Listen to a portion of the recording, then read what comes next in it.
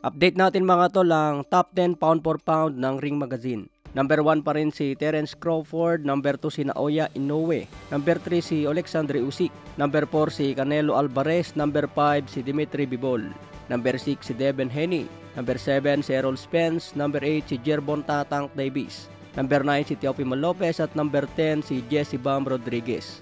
Marami nga pang nagsasabi bakit daw hindi nakakapasok si Beterbiev sa pound for pound. Samantala itong si Jesse Bam Rodriguez nakapasok pa sa top 10. Kung matuloy ang undisputed ni Dimitri Bivol at Arthur Beterbiev, siguradong pasok na si Beterbiev kung manalo. Ngunit kung panalo naman si Dimitri Bivol, siguradong aakyat yan sa ranking. Sa ibang banda naman, WBN pound for pound rankings. Number 1 po nila dito si Naoya Inoue. Pangalawa si Terence Crawford. Pangatlo si Alexandre Usyk. Number 4 si Canelo Alvarez. Number 5 si Devin Haney. Number 6 si Dimitri Bivol. Number 7 si Vasily Lomachenko, number 8 si Shakur Stevenson, number 9 si Tank Davis at number 10 si Arthur Beterbiev. Malaki ang pagkakaiba nila mga tol, no, dahil ginawang number 1 si Inoue at pinasok nila si Arthur Beterbiev. Updated po ito 2024 January. So ano sa tingin nyo mga tol, mas maganda ba yung ranking sa Ring Magazine o dito sa WBN? Sa ibang banda naman, Vasily Lomachenko versus George Kambosos. Paglalabanan na po ang bakanting IBF sa lightweight division.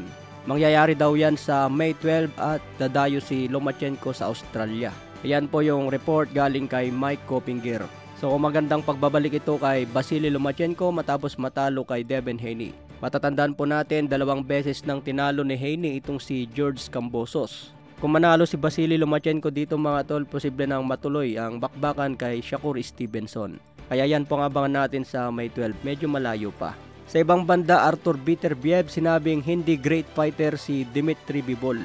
Pero hindi rin daw great fighter si Beterbiev. Kaya hindi daw nila malaman dalawa kung sino ang great fighter sa kanilang division. Kailangan daw nila maglaban para makita kung sino ang great fighter at the best sa kanilang 175 division. Ito na lang ang dalawang matinik mga tol, kaya hati ang opinion ng mga fans. Sa ibang banda, Terence Crawford may nakuha pa rin na award galing sa Ring Magazine. Ito nga po yung Performance of the Year Award dahil napakaganda na ang pinakita ni Terence Crawford laban kay Errol Spence. So hindi nga po nakuha ni Crawford yung pagiging Fighter of the Year dahil binigay yun kay Naoya Inoue. Kaya ang binigay na lang kay Terence Crawford parang pampalubag lang mga tol, Performance of the Year.